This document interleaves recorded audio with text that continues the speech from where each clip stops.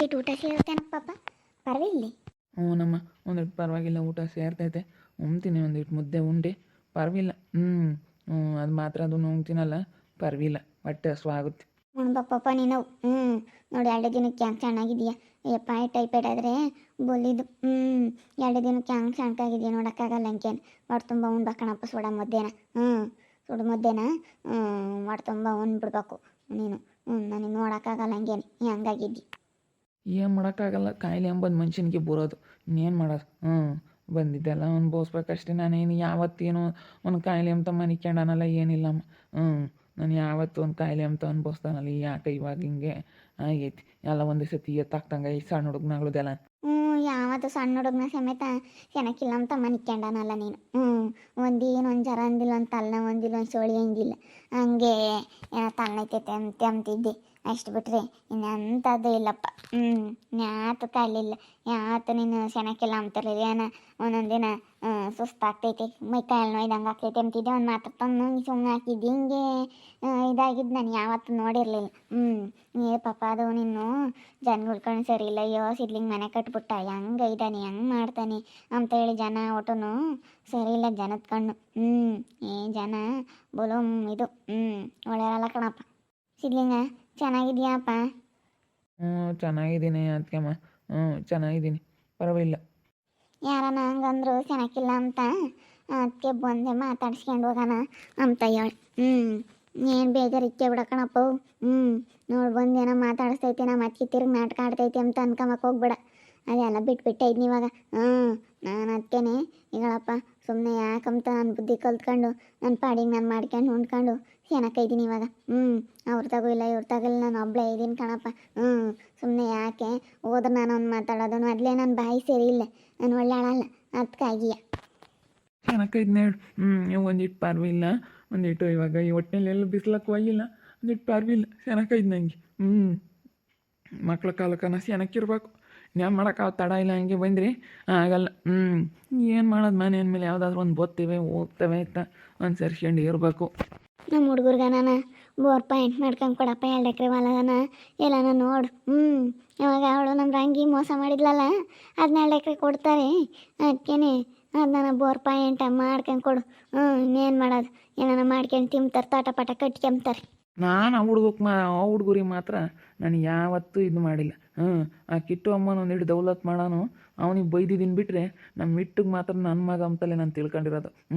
ಆ ಹುಡುಗರಿಗೆ ಮಾತ್ರ ನಾನು ಯಾವತ್ತೂ ಇಲ್ಲ ಅಂಬಲ್ಲ, ಮಾಡಿಕೊಡ್ತೀನಿ. ತಾಲಾಕೋ ನಾನು ಬೋರ್ ಪಾಯಿಂಟ್ ಮಾಡಿಕೊಡ್ತೀನಿ. ಬೋರ್ ಹಾಕ್ಲಿ, ಅವಳು ಅಡಿಕೆ ಗಿಡ ಇಕ್ಕಿ ಏನಾನ ಮಾಡ್ಕೊಂಬಿಡೋಳು ಇಬ್ಬರಳು. ಮಾಡಿಕೊಡ್ತೀನಿ ನಾನು, ಅವ್ರಿಗೆ ಮಾತ್ರ ಇಲ್ಲ ಅಂಬಲ್ಲ. ಮಾಡ್ಕೊಡ್ತಾನೆ ಹೇಳು. ನಿಮ್ಮಂತರ್ಗಾದ್ರೆ ಮಾಡ್ಕೊಡಲ್ಲ ಅವನು. ಹಂಗ ನಿನ್ನಂತಳ್ಗೋ ಸೌಕತಿ ಅಮ್ಮನಂತರ್ಗು ಅಂತಾರಿಗೆ ಮಾಡ್ಕೊಡಲ್ಲ. ಯಾಕಂದ್ರೆ ನೀವು ಆಗತ್ತಕ್ಕ ಅಷ್ಟೇ, ಆದಮೇಲೆ ಒಂಥರ ಆಮೇಲೆ ಒಂಥರ ಜಂಬ ತೋರಿಸ್ತೀರ. ಅವಳಂಗೆ ನಾನು ಸೌಕಾತಿ ಅಂತ ಮೆರೀತಾಳೆ. ಮೆರೀಲಿ, ಗೊತ್ತಾಗುತ್ತೆ ಬೋರ್ನ ನೀರಿಲ್ಲದ. ಇವನೇನು ದೊಡ್ಡಿದು ಅಂತಾನೆ ಅಂತಾಳೆ ಅವಳು ಸೌಕಾತಿ ಎಂಬಳು. ನಮ್ಮ ಸಿದ್ಲಿಂಗನ್ನ ಇವಾಗ ಗೊತ್ತಾಗುತ್ತೆ. ನಮ್ಮ ಸಿದ್ಲಿಂಗನ ಬೆಲೆ ಏನು ಅಂತ. ಮಾಡಿಕೊಡ್ಬೇಡ, ಅವಳಿಗೆ ಮಾತ್ರ ಮಾಡಿಕೊಡ್ಬೇಡ. ನಾನೇ ದೊಡ್ಡಿದು ಅಂತಾಳೆ ಅವಳು. ಸಾವ್ಕಾತಿ ಆಗಿದ್ರೆ ನೀರು ತರಲಿ ನೋಡೋಣ, ನೀರು ಮಾಡಿಸ್ಲಿ ನೋಡೋಣ, ಬೋರ್ ಹಾಕಿಸ್ಲಿ ನೋಡೋಣ. ಅವಳಿಗೆ ನೀನು ಬಿಟ್ಟು ನಿನ್ನ ಕೈಯಾರೆ ನೀರು ಬೀಳ್ಬೇಕು, ಅವಳಿಗೆ ಹೊಲ್ದಾಗ ನೀರು ಆಗ್ಬೇಕು. ಅಲ್ಲೇವರೆಗೂ ಅವಳಿಗಂತೂ ನೀರಾಗಲ್ಲ. ಮೊನ್ನೆ ಒಂದು ಹಾಕ್ಸಿ ಅವಳೆ ಯಾರನ ಅಲ್ಲೆಲ್ಲಿ ಇದ್ದಾರನ ಬೆಂಗಳೂರಾಗ ಯಾರನ್ನ ಕರೆಸಿ ಪಾಯಿಂಟ್ ಮಾಡಿಸಿ ಹಾಕ್ಸಿ ಅವಳೆ.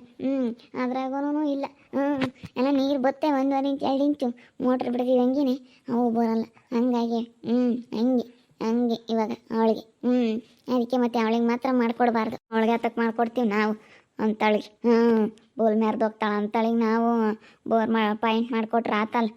ನಾವೇನು ಯಾವತ್ತು ಅವಳಿಗೆ ಮಾಡ್ಕೊಡಕ್ಕೋಗಲ್ಲ. ಏನು ಜಂಬ ದೌಲತ್ ನಮ್ಮ ತಕ್ಕ ತೋರಿಸ್ತಾಳೆ ಅವಳು. ಏನು ಹಂಗೇನೆ ಇವಾಗ ನಮ್ಮ ಅಣ್ಣ ಹಿಂಗೆ ಜೀವನ ಹಾಳು ಮಾಡ್ದಾಳೆ ಅವಳೆ.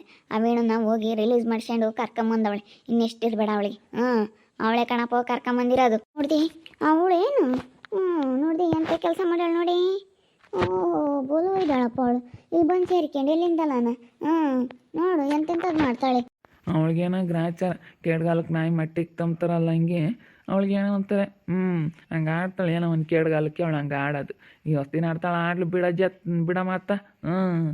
ನೋಡ್ತೀನಿ ನಾನು ಅದು ಹೊಸ್ತಿನ ಹಿಂಗೆ ಮೆರೆದೋಗ್ತಾಳೆ ಅಂತ. ಗಿಜ್ಜಿವೆ ಹೊಡ್ತಮ್ಮನ ಮಾಡಿಕಮ್ಮ ಉಂಡ್ಕೊಂಡು ಚೆನ್ನಾಗಿರ್ಲಿ. ಒಂದೆರಡು ದಿನ ಎಣ್ಣೆಗಳದ ಇಕ್ಕಬೇಡ. ಟೈಫಾಯ್ಡ್ ಆದಾಗ ಎಣ್ಣೆಗಳದ್ದು ಪದಾರ್ಥಗಳನ್ನ ಜಾಸ್ತಿ ತಿನ್ನಬಾರ್ದು.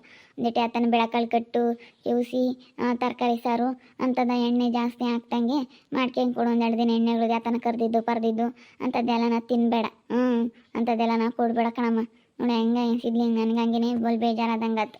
ಸಿದ್ಲಿಂಗ್ ಚೆನ್ನಾಗಿಲ್ಲ ಅಂಬ ವಿಷಯ ಕೇಳಿ ಅದಕ್ಕೆ ಬಂದೆ ನಾನು ಮಾತಾಡ್ಸ್ಕೊಂಡು ಹೋಗೋಣ ಅಂತ. ಚೆನ್ನಾಗೈತಿ ಇವಾಗ, ಏನು ತೊಂದ್ರಿಲ್ಲ, ಮಾತ್ರ ಒಂದು ತಗೊಂತೈತಿ, ಏನಿಲ್ಲ ಅಂತ ಹೇಳೋ ಡಾಕ್ಟ್ರು. ಅದೇ ಒಂದಿಷ್ಟು ಅಪ್ಪನಿಗೆ ಒಂಥರ ಇದು ಟೈಫಾಯ್ಡ್ ಆದಂಗಾಗಿ ಸುಸ್ತಾಗಿತ್ತು.